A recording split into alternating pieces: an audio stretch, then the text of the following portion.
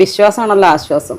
അപ്പോൾ ഈ വിശ്വാസമുള്ളൊരു വ്യക്തി ഒരു പരീക്ഷണം പോലെ ചെന്നിട്ടുണ്ടെങ്കിൽ പിന്നെ അയാൾക്ക് അത്ഭുതങ്ങൾ സംഭവിക്കണം എന്തെങ്കിലും. അങ്ങനെ പലർക്കും അത്ഭുതങ്ങൾ സംഭവിച്ചിട്ടുണ്ട്.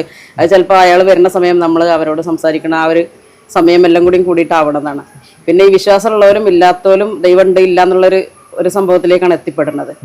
അപ്പോൾ ഈ രോഗശമനം എന്നൊക്കെ പറഞ്ഞാൽ ഖുറാനിക ചികിത്സാപരമായിട്ട് പഴയ കാലങ്ങളിലൊക്കെ ശരയ്യായ ചികിത്സകൾ ചെയ്ത ആളുകൾ ഒരുപാടുണ്ടായിരുന്നു. ഇപ്പം അത് ചുരുക്കം ചിലരേ ഉള്ളൂ. ഒരു വിരലിലുണ്ടാവുന്ന അത്ര ആളുകൾ ഉണ്ടെങ്കിലേ ഉള്ളൂ. അല്ലാത്തവരൊക്കെ ബിസിനസ്സാണ്. ആത്മീയമായിട്ട് അവർക്ക് ക്യാഷ് ഉണ്ടാക്കണം എന്നുള്ള ഒറ്റ ചിന്താഗതിയുള്ളൂ. അപ്പോൾ അതിൻ്റെ ഒരു ഉദാഹരണം ഇവിടെ ഒരു ജമാലുദ്ദീൻ വൈദ്യർ പറഞ്ഞിട്ട് പേരെടുത്ത് തന്നെ പറയാം. എനിക്ക് അങ്ങനത്തെ ഭയങ്ങളൊന്നുമില്ല ആര്. അപ്പം മൂപ്പര് മർമ്മ ചികിത്സ നടത്തുന്ന ഒരു വ്യക്തിയാണ്. ഈ മർമ്മ ചികിത്സ നടത്തുന്ന വ്യക്തി ഇപ്പോൾ ജിന്ന് മഹള പറഞ്ഞിട്ടൊരു സംഭവം തുടങ്ങിയിട്ടുണ്ട്. അപ്പം ഞങ്ങളവിടെ എത്രയോ കാലങ്ങളായിട്ട് 400 വർഷം 500 വർഷമുള്ള ജിൻമുറിയും കാര്യങ്ങളൊക്കെ ഉണ്ട്. നമ്മളിതുവരെ അതൊന്നും പ്രദർശനത്തിന് വെച്ചിട്ടില്ല. ഇവിടെ ജിന്മക്കളുണ്ട്, വന്നോളൂ സ്വഹാബികളെ കൂടെ ഉണ്ടായിരുന്ന ജിന്മക്കളെന്ന് പറഞ്ഞിട്ട് അതൊന്നും മാർക്കറ്റ് ചെയ്തിട്ടില്ല. അപ്പോൾ ഇന്നെല്ലാം ബിസിനസ്സാണ്. ഈ ബിസിനസ്സിൻ്റെ ഇടയിൽ നമ്മൾ എന്തെങ്കിലും ചെയ്യാതിരുന്നിട്ടുണ്ടെങ്കിൽ നമ്മൾ പോരാത്തോലാണ്. നിങ്ങൾക്ക് പുരോഗമനം ഇല്ലല്ലോ, അപ്പം നിങ്ങൾക്കൊന്നും അറിയില്ല.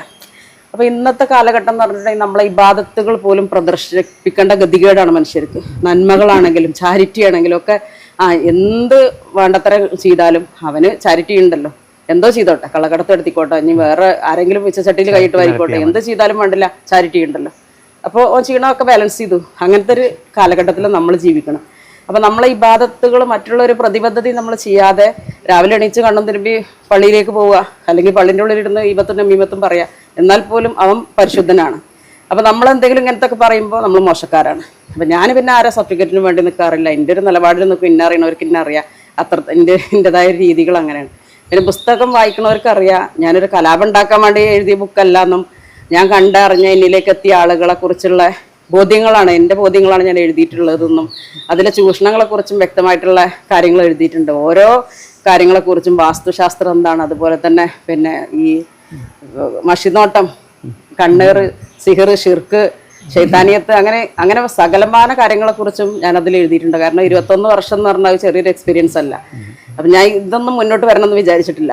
ഒരു ബാക്ക്ഗ്രൗണ്ടും ഇല്ലാത്ത ഈ ആത്മീയമായിട്ട് ഒരു സംഭവം ഇല്ലാത്ത ആളുകൾ വന്നിട്ടാണ് ഇന്ന് പച്ചശാളും ഇതിട്ടിക്കാണ് പുതിയ തരീകത്തും കാര്യങ്ങളും ഒക്കെ ഉണ്ടാക്കി മസ്തായി നടക്കണ മസ്താന്മാർ, ഇവരെയൊക്കെയാണ് നമ്മൾ പിന്തുടരുന്നുണ്ട്. അപ്പോൾ നമ്മളതിന് എതിരെന്തെങ്കിലും പറഞ്ഞിട്ടുണ്ടെങ്കിൽ നമ്മൾ മോശപ്പെട്ടവരാ. ഇപ്പം ഇവിടെ കയ്യടി കിട്ടുന്നത് എന്താ വെച്ചിട്ടുണ്ടെങ്കിൽ മുഖമൊക്കെ മൂടിക്കെട്ടി ഒരു വെള്ള നിസ്കാരക്കുപ്പായൊക്കെ ഇട്ട് കയ്യിൽ കുറേ ദിവസം ഒരു പച്ച മുക്കനെ കെട്ടുങ്ങാണ്ട് അവർക്ക് നല്ല കയ്യടികളാണ്.